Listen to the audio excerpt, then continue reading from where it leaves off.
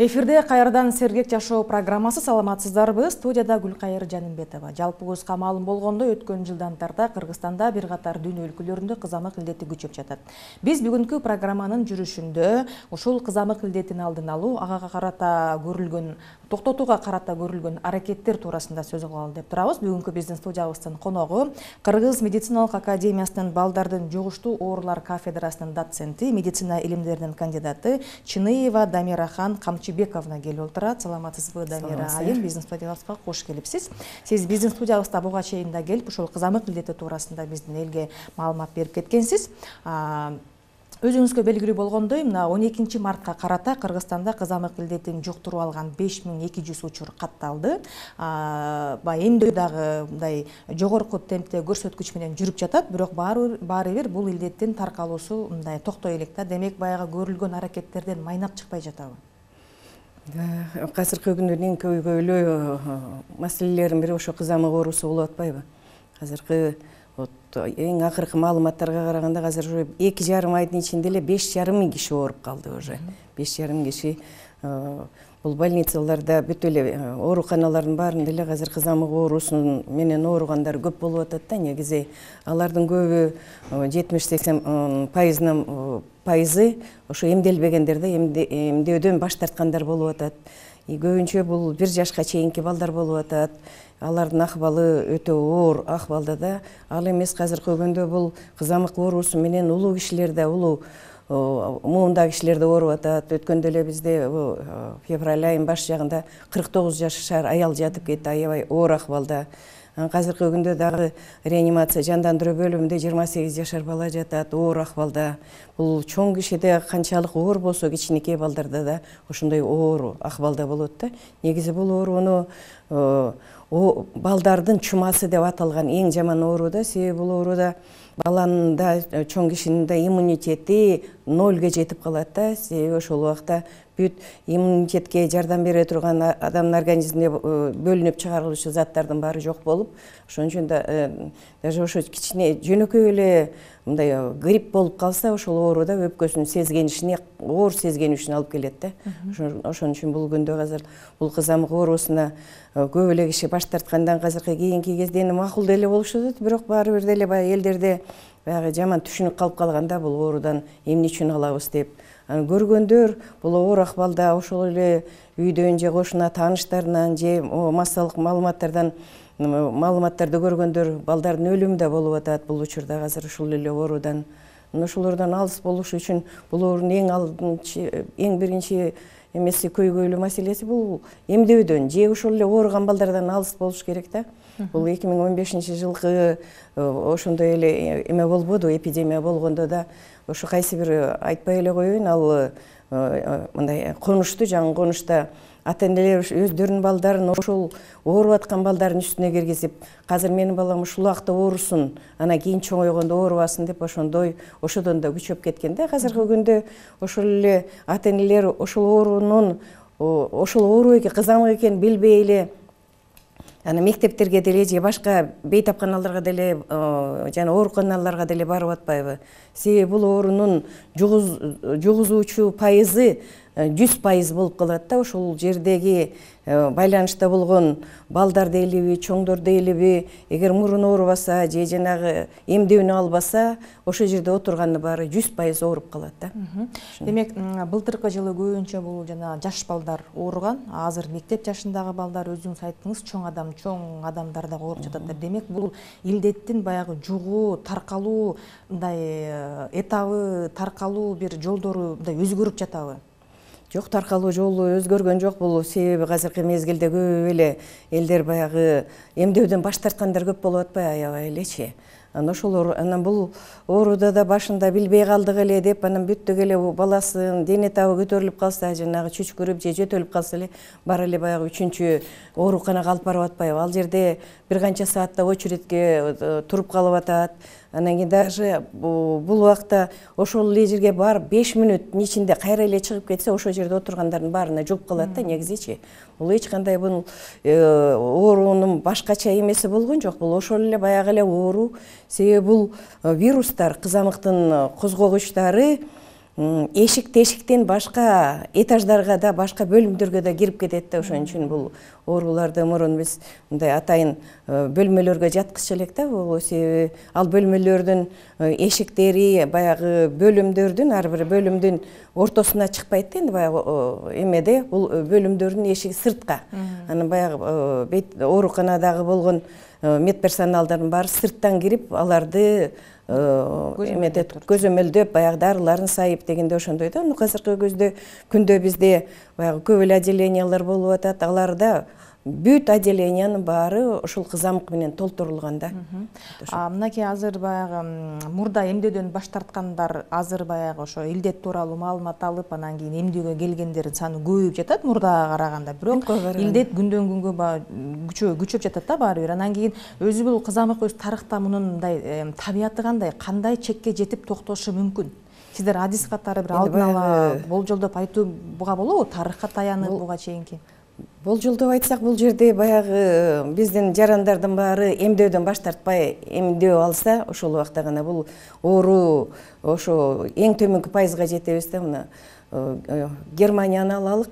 Бул Германияда мектепке жана бул бала бакчаларга эгер бала кызамыктан эмделбесе киргизбейт экен да. Биздин Кыргызстанда да ошондой бир законду чыгарып койсо, бизде ошондо да азайып жок болот беле дейм да. Энди бул эмдөөдөн баш тарткан эмес, эмдөө албай турган балдар да бар да. Себеби алардын өздөрүнүн ооруларына жараша бар, тубаса кемтиктери бар, алардын талмасы бар дегендей, дагы башка көп мындай аябай катуу оорулар менен дарыланып айыкпай турган оорулар бар да. Аларга да кээде бул эпид көрсөтмө деп коебуз да. Ошого жараша деле ал балдарга врачтын көзөмөлүндө аларга деле эмдөө сайылат. Себеби бул ооруда өзүнүн акыбалы приморбедный фон деп коебуз. Ошонусу начар болсо сөзсүз түрдө алыш керек да. Себеби бул оору аябай оор түрүндө өтөт да. Чоң кичине дебей, мунун жеңил түрү абдан эле аз. Көбүнчө бул орточо жана эң оор түрүндө өтөт да. Ошо биз мына былтырдан бери эле кызамык илдетине каршы күрөшүү деп тынбай эл арасында деле айтылып жатат. Баарынын маалыматы бар, бирок ошондо деле ата-энелер баягы балдарын мындай үйүндө алып отуруп, өз алдынча дарылап, анан мындай оору өтүшүп кеткенде ооруканага кайрылып жатабы. Сиз мындай кандай кырдаалды кандай баалайсыз? Ооба, биздин кыргыздарга ошондой кандай деп айтсам болот? Кыргыздар ошол маалда гана келет да. Себеби мына жакшы, ана жакшы деп үйдө отура берет. Алча тиги дарыны берет, бу дарыны берет, анан жакшы болмоюнча үйдө отура берет. Анан бул жерде эгер баланын мындай күмөн санай турган маалдары болот да, ошол бала ооруп баштаганда, себеби бул дене табы көбүнчө 37-38-5ке чейин көтөрүлүп, бала чөчкүрүп, үнү бүтүп, анан кийин итке окшоп үргөнсүп жөтөлүп калат да. Анан кийин эле көздөрү чылпактай баштайт. Ошол убакта эле көзү чылпактаганда бул жарыкты карай албай калат. Көзү ооруп эле, көзү кычышып эле көзүн тырмалап калат да. Анан кийин ошол эле биринчи күнү ошо биринчи күндүн аягында эле бул ооз ичинде, жаагынын ичинде майда-майда ак точкалар пайда болот да. Бул жана пятна симптом Бельского филатокоплика деп аталат да негизи. Ошону көрүп эле көбүнчө ата-энелер бул баягы стоматит болуп калыптыр же кандидоз болуп калыптыр, молочница деп эле. Анан бул стоматологторго барып атпайбы? Бул айтып өттүм жана эле, бул оору жугумдуулугу 100% да. Анан баягы эле ошол стоматологду күтүп отурат, 5 мүнөт күтөбү, жарым саат күтөбү, 1 саат күтөбү. Ал жерде да элдер көп да, чоң кичине дебейчи. Анан ошол убакта алдарга да жугат. Анан денесинде кызыл исиркектер деп коебуз, бул 3 күндөн кийин гана пайда болот да. Ошо 3 күндөн кийин баланын дене табы 39-40ка чейин көтөрүлүп, баланын акыбалы аябай оор болот. Жөтөлү күчөп, ыкшып, жөтөлүп, тынбай жөтөлүп туруп, үнү бүтүп, анан кийин бул дене табы денесиндеги исиркектер биринчи кулактын артында, бетинде биринчи күнү бул ийнине чейин болот. Анан экинчи күнү ал исиркектер бул макулопапулеоздук деп коебуз, чоң-чоңураак, алар бири-бирин топтошот да. Анан экинчи күнү бул колуна, анан денесине түшөт. Анан үчүнчү күнү болсо бул бутуна түшүп кетет да. Ушул 3-4-5 күнгө чейин бул баланын акыбалы аябай оор болот. Себеби дене табы көтөрүлгөн бойдон кармалып турат, жөтөлү аябай күчөйт, тамакка табити жок болот. Анан кийин ошол убакта бул биринчи эрте круп деп коебуз, баягы үн байламтасы шишип анан кийин жана жөтөлгөндө күчөп үнү бүтүп атпайбы? Анан кийин денесинде бүт исиркектер пайда болуп туруп, уже бет жагында анын өңү өчө баштайт да, ошол убакта кайра ошол үн байламтасын үнү бүтүп, кайра жөтөлү күчөгөндө бул экинчилик круп деп коебуз. Бул эң жаман оорунун татаалдашуусу болот да. Ал татаалдашууда бул бат эле өпкөсүнө түшүп кетет эле, эки өпкөсү сезгенип, балдар оор акыбалда жана жандандыруу бөлүмдөрүнө чейин жатып калат да. Көбүнчө азыркы күндө бул жандандыруу бөлүмүнө жаткандар көбүнчө ошо ымыркай балдар, 1 жашка чейинки, ал эмес 1 жаштан өйдө деле балдар деле жатып калып атат. Себеби ар кандай өзүнүн оорусуна жараша бат-бат ооруган балдар бар, баягы часто болеющие дети деп коебуз. Ооруган же улам жатып эле кайра больницадан чыгып эле кайра жатып больницага, ошентип ооруканаларга кайра чыгып жүргөндөр деле бар да. Иммунитети начар балдар. Иммунитети аябай начар. Бул өздөрүнүн салмагы да аз балдар да болот. Ана баягы эле невропатологдо учетто тургандар да болот, жана башка оорулар менен да ар бир специалисттерде учетто тургандар болот да. Бул жерде эгер ошондой эле жана күмөн санаган белгилер пайда болсо, баягы дене табы көтөрүлүп, көздөрү чылпактап, бул жарыкты карай албай, анан нитке окшоп үрүп, үнү бүтүп калган убакта эле бул жерде баягы оорукана же биринчи баягы үй бүлөлүк эмелерге барат да, бейтапканага барат да. Аны баруунун кереги жок да. Ошол эле убакта балам ушундай болуп атат, эмне кылсам болот деп, ошол врачты үйгө, дарыгерди үйгө чакырыш керек. Себеби баягы кайсыл машина менен барабы, же баягы маршруткага түшөбү, автобуска, троллейбуска түшөбү, ошол жерде канча киши болсо ошонун баарына жугузуп атпайбы? Ошон үчүн бизде да азыр бул оорунун күчөп атканы ошодон да болуп атат да. Себеби бул оору аябай тез бат эле жайылып кетет да. Анан бул инкубациялык мезгили деп коебуз. Адамга жуккандан биринчи белгилери пайда болгончо 9 күндөн 21 күнгө чейин өтүп кетет. Ошон үчүн баягы сурайбыз да, ушу 21 күндүн ичинде баягы денесинде исиркектер пайда болуп, же көздөрү чылпактап, мурдунан чимкирик агып, ушундай менен болгон мындай байланышта болдуңар беле деп. Да, бирок ошонун баласы ушинтип үнү бүтүп, анан көздөрү чылпактап жүргөн деп көп эле ата-энелер ошо байланышты сөзсүз түрдө айтат да. Бул жерде бала эгер 21 күнгө чейин оорубай калса, жанагы эмдөөнү туура өз убагында алса, эч убакта бала оорубайт. Азыр эми ооруканага оорабалда түшүп калган, ооруканага жатып дарылангандардын көбү булар өтүшүп кеткенде келгендер де. Жеттиккенде келет да биздин кыргыздар. Баш жагында эле келсе деле жакшы эле болот да. Ана баягы өз билимдик кылып эле алар теги дарыны бере берет, бул дарыны бере берет дегенде алда болбойт да негизи. Баягы ошо аймактык дарыгер менен байланышып, бул кызамыктуу үй шартында дагы мындай жеңил түрүн дарылоого дарыгердин көрсөтмөсү менен болот. Бул жерде да бул клиникалык жана эпидемиологиялык көрсөтмөлөр деп коебуз да, ошол ооруканага жаткыза ала турганда. Бала эгер аябай 2-3 жашка чейин болсо, баланын акыбалы оор болсо, жана алардын өпкөсүнү сезгенип, жана татаалдашуу белгилери болсо, анда сөзсүз түрдө бул ооруканага барыш керек.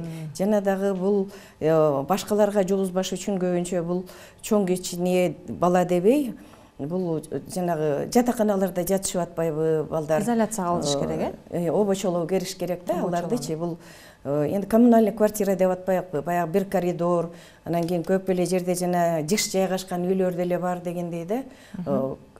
Квартира катары баягы бир эле коридору болот да, алардын баары бир жерге чыгып, анан кийин бул байланыш аябай көп болот да. Ошол жерден бул эпидемиологиялык көрсөткүчтөр жана эгер бала бул жанагы балдар үйүндө тарбияланса, санаторияда жана мектеп интернаттарда бар эмеспи? Эгерде ошол жакта ооруп калса, бирок эгер ошо мектеп интернатында обочолоого бир өздөрүнчө бөлмөлөр болсо, ал врачтын көзөмөлүндө ошол жакта деле дарыланса болот да негизи. Бирок оор акыбалда болсо, чоң кишине дебей сөзсүз түрдө ооруканага жетиш керек. Өзүңүзгө белгилүү болгондой, ошо кызамык илдетине каршы күрөш жүргүзүүдө улуттук календарга өзгөрүүлөр киргизилди. 6 жаштагы эмдөө 2 жашка жылдырылды да. Мына ушуга токтолуп кетсеңиз, эми 6 жашта биздин балдар эмделбей калабы? Анан кийин ушу 2 жашта алган вакцина ага мындай бир кепилдик бере алабы? Бул эмдөө деген баягы бул бизде дарыгерлерде бир заповедь деп коебуз да, ушундай эме бар да.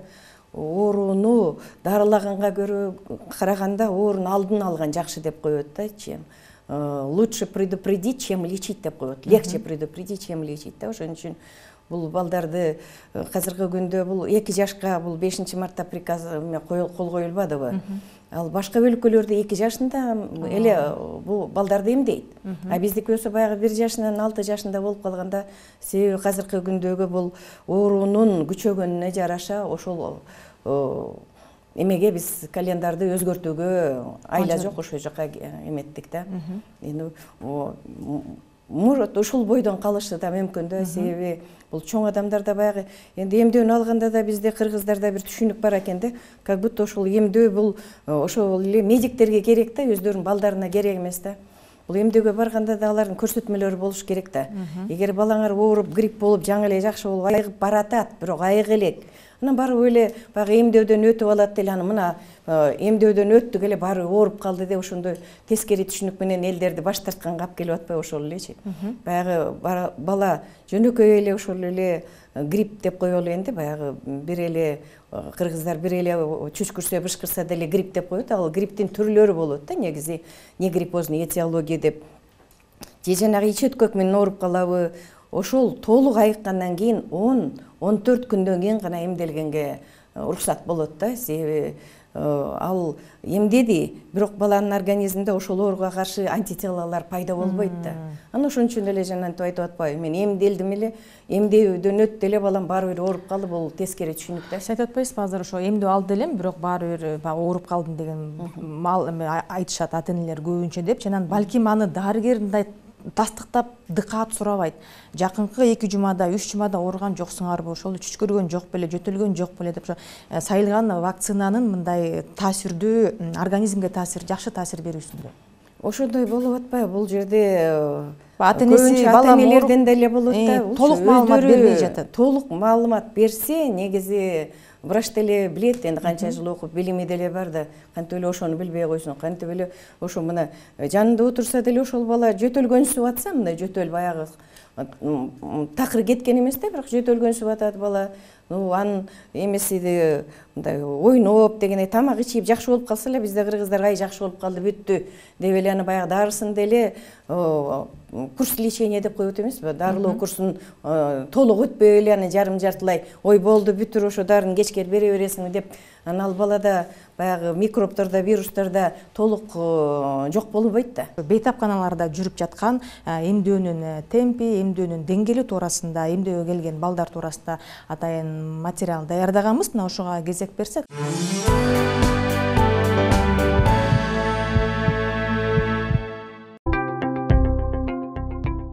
Фариса Сыдыкова 34 жылдан бери үй бүлөлүк дарыгер болуп иштейт. Анын айтымында 2024-жылдын 3 айындагы көрсөткүч өткөн жылдагыга салыштырмалуу жогору. Бул илдет менен ооругандардын көбү 1 жашка толо элек балдар. Кызамык оорусу былтыркы 23-жылдан баштап эсептегенибизде былтыр 7046 киши катталган болсо, быйыл бул февраль айынын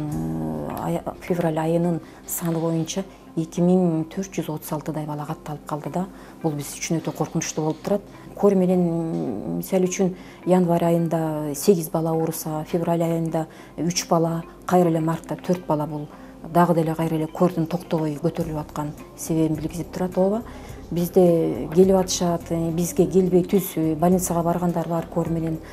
Жалпысынан кызамык боюнча кырдаал курч бойдон калууда. Окуу жылы башталгандан бери бул оору окуучуларда жана бала бакчада эмдөөдөн өтпөгөн балдарда кездешүүдө. Биздин негизги милдетибиз вакцинация, эмдөө. Ушул кордун күчөп улам чыгып аткан себеби ушу 1 жаштан 4 жашка чейинки балдардын саны 44% түздү да. Ушул 44%-ин ичинде 1 жаштан 4 жашка чейинки болгондордун себеби ушу 2020-жылкы, 22-жылкы балдар болуп атат. Себеби дагы бул 20-жылдарга баягы биздин коронавирус оорусунун башталган себеби болуп калды. Ушул жылы прививкалардын баары токтоп, көп балдарыбызга прививка кылынбай калдырган да болуп калып атат. Анын үстүнө акыркы жылдары, ушу мына акыркы 5 жыл деп айтсам боло алат, эмдөөдөн баш тарткандар көбөйүп баратат уламдан улам. динчи көз караштар менен мындай деле эне аталар кээ бирөө келишип жөн эле отказ кылабыз деп отказ кылгандар болуп атат. Ошол себептен ошо эмдөөдөн отказ кылгандардын эсебинен көрдүн күчөп атканы айта алат элем да. Дарыгерлер бул вирустан сактануу же болбосо жеңил өткөрүү үчүн ымыркайдын эмдөө алышы шарт дейт. Кызамык менен ооругандардын көпчүлүгү эмдөөдөн өтпөгөндөр. Оорунун алгачкы белгилери башталганда дароо дарыгерге алып келүү керек. Бирок ооруканага түшкөндөрдүн басымдуу бөлүгү илдети өтүшүп кеткенде кайрылгандар. Эң алгачкы симптомдору температура көтөрүлөт, бала шалдырап, слабость, шалдырап, жакшы тамак ичпей, ошентип баштайт, кашель болот, жөтөлүп баштайт, мурдунан суу агып баштайт, көзү кызарып баштайт. Бул биринчи белгилери болуп эсептелет да. Бул негизи биздин көр оорубуздун этаптары бар. Биринчи этап, экинчи этап болупчу. 3-4 күндөн кийин ушул симптомдор пайда болгондон кийин 3-4 күндөн кийин денесине кызыл болуп тактар чыга баштайт. Алда бир 3-4 күнгө чейин кармалат. Ошентип барып анан кийин кайра уже ал баягы сыптар четинен тарап, анан кийин бала айыга баштайт да. Балдарды өз убагында эмдөө бир канча жугуштуу илдетти алдын алат. Бала кездеги пландуу эмдөө калктын башка катмарын кызамыктан жана башка дарттан коргойт. Кызамык коркунучтуу жана өтө жугуштуу. Оорунун татаалдашы өлүмгө да алып келиши мүмкүн.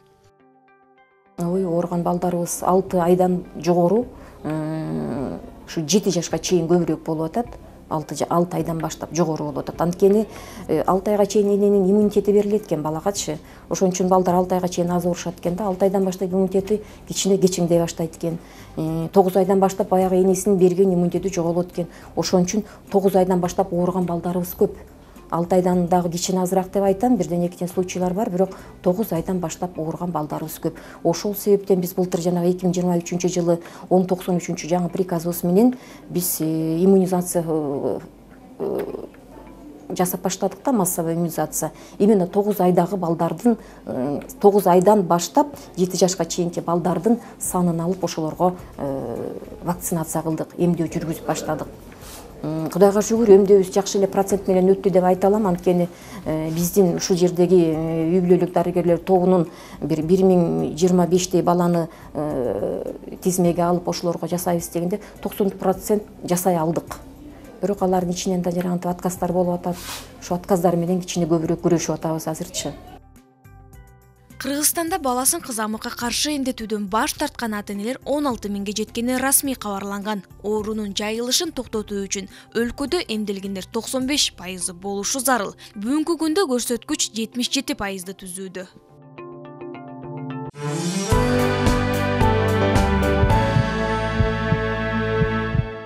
Мисалы ошо кызамыкта болгон, кызамык жуктурган бала менен дени сак бала байланышта болуп калды.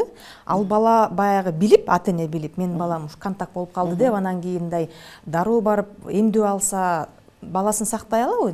Жок дегенде жеңил түрүн өткөргөнгө. Азыркы күндө ошол эме көйгөйдө жаратылганынан бизде азыр ушу жанагы гамма-глобулин деген бар да. Кызамыкка каршы гамма-глобулин дегенди жакынкы күндө биздин өлкөгө келиши мүмкүн. Эгер ошону так бүгүн мына контактта болду деп ошол гамма-глобулинди сайса, бирок азыр бизде өлкөдө жок да, пока. 4-5 күнгө чейин сөзсүз түрдө алыш керек да. Эгер 4-5 күн эмес ошо байланышта болгон эме бир базар мурун же 10 күн мурун байланышта болсо, аны сайган күндө деле эчтеке болбойт, жардам бербейт. Ал бала баягы гамма-глобулинди алган бала болсо, жеңил түрдө өтөт да, бул митигированный деп түрү деп коебуз. Ал дене табы көп деле көтөрүлбөйт, анан кийин ошо катаралдык көрүнүштөрү деле көп деле билинбейт, анын уулануу белгилери деле аз болот. Денесиндеги тактар баягы өйдөдөн ылдый кетип атат деп акпайыкпы? Ал да өйдөдөн ылдый түшпөйт деле, бүт жеринде бир убакта эле пайда болот. Бирок балада бул жана татаалдашуулар болбойт. Жеңил түрүндө өтүп, ал үй шартында деле дарыланат. Бирок бул балада сөзсүз түрдө ошол ооруга каршы иммунитет пайда болот да. Жакын аралыкта келип калышы мүмкүн, ошо жакын аралыкта ошол маселе азыр каралып, ошол кагаз жазылып, азыркы күндө каралып атат да. Ошо келиши да мүмкүн да. Сиз айттыңыз, бул жанагы эмдөөнү туура алыш керек, ал туура албаса натыйжасы жок болуп калат деп. Ошо вакцина алгандан кийин ал баланын адамдын организмине организминде канча убакыттан кийин ошо антителаны иштеп чыгат, коргоочу иммунитетти?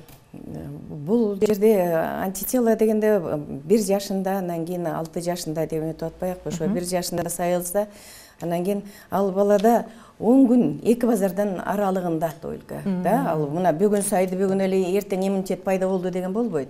Анан кээ бир жерде дагы эме бар да, ошо эмдеп алдык эле, анын эмдөөдүн кесепети, мындай кыйыр таасирлери деп эле бүгүн сайылса, эртең бүрсү күнү кайра дене табы көтөрүлүп, жанагы талма оорусуна эметсе, бул эч убакта бул эмдөөдүн кыйыр таасири эмес, побочный действие деп коебуз го.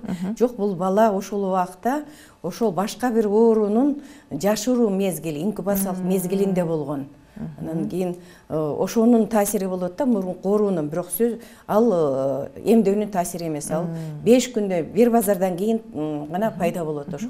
Демек баягы оор кесепеттерге алып келген жагдай эмдөөдөн кийинки, ал вакцинанын кесепетинен эмес, баланын организминдеги башка бир илдеттердин жашыруу мезгилиндеги болгон окуя болот, Дамира Ханайым, ошо биздин эфирибиздин соңунда ошо биздин ата-энелерге, биздин элибизге дагы ошо кызамык илдетин алдын алууда, кызамык илдетинен сактанууда кандай аракеттерди көрүшүбүз керек, ушул боюнча дагы сиз адис катары, ушул кырдаалды көрүп жүргөн адам катары оор акыбалга түшкөн балдарды өзүңүз көрүп атасыз, кандай болуп атат?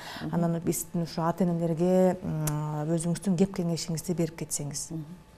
Эң жакшы болот. Энди баягы эле дагы бир кайталап коеюн. Оорунун алдын алуу эң жакшы ийгиликтерге жетебиз да, баягы легче предупредить, чем лечить деп коет да. Ошон үчүн бул эмдөөдөн баш тартпай, бул оору балдардын чумасы деген эң оор акыбалда, кыйын акыбалга жеткизе турган, өлүмгө туушар кыла турган оорулардын бири болот да.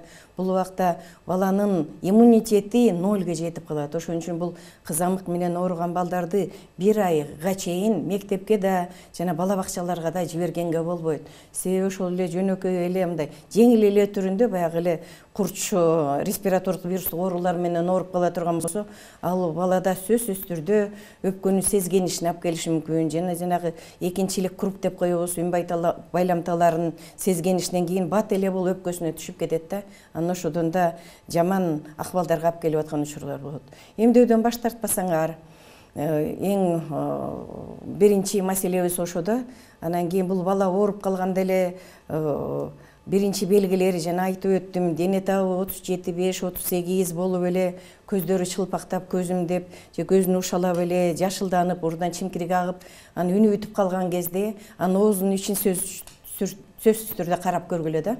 Онун ичинде жакта, бул жагында ак майда-майда точкалар болот. Бул убакта баягы ооруканага барбай, силер же жанагы үй бүлөлүк дарыгерлерге барбай, аларды өзүңөргө чакыргыла, үй бүлөлүк дарыгерлер. Эгер ошол эле ошондой белгилер болсо, ойлонуп көргүлө. Акыркы 3 базардын 3 неделянын ичинде ушундай оорулар менен контакт болду эле балаңар, садикте болобу же баягы мектепте болобу, ошол баягы ошол жакта иштеген кишилерден, адамдардан сурап көрүш керек да. Эгер ошондой байланышта болсо, бул сөзсүз түрдө ошо кызамыктын башталышы да. Эгер балдарыңар кичинекей 2 жашка чейин болсо, буларда негизи эле бул эле балдарда эмес, бүт чоң кишине дебей, бул аябал оор акыбалда өтө турган оору да. Ошону убагында кайрылып, убагында үйгө чакырып көрүнсөңөр, бул ушундай жаман жагдайларга алып келбейт да, өлүмгө дуушар болбойт. Рахмат Дамира Ханайым, ушу биздин студиябызга келип дагы бир жолу биздин элибизге, теле көрүүчүлөргө ошо кызамык илдетин алдын алууда эмдөөнүн маанилүүлүгүн дагы бир жолу айтып, тастыктап айтып жатасыз. Анан кийин ошо эмдөөнү алууда дагы ошо ата-энелер дарыгерге барганда, ата-энелер ушу баланын акыркы 20 күндөгү акыбалы туурасында туура маалымат берүүсү дагы бул эмдөөнүн таасири, организмге тийгизген таасиринде аябай же ошо өз убагында баягы обочолоо керек да ошолордучу. Эгер эле ошол эле байланышта болгон эме жанагынтип же мектепке барып калса туура эмес, жана айтып өттүм, 9 күнгө чейин, ошо 8 күнгө чейин деп коелу, чогуу мектепке барса же бала бакчага барса болот. 9 күндөн 21 күнгө чейин буларды абайлаш керек да. Бул бүгүн эртең сөзсүз түрдө ооруп калат. Ал оору деген менен бир баста жайылып кетет да, ошонусу менен жаман да. Бул оорудан оолак болууда жана сактанууда, алдын алууда бул дарыгерлерге ата-энелер дагы жардам берип, көмөктөшүп, убагында эмдөөгө алып барганы маанилүү жана чоң жардам болот бар коомчулук үчүн дагы. Рахмат Дамира Ханайым, ушу биздин студиябызга келип, маек куруп бергениңизге, ишиңизге ийгиликтерди каалайбыз. Ал эми биз Сергек жашоо программасынын кийинки берүүсүнөн кездешкенче коштошобуз. Саламатта калыңыздар.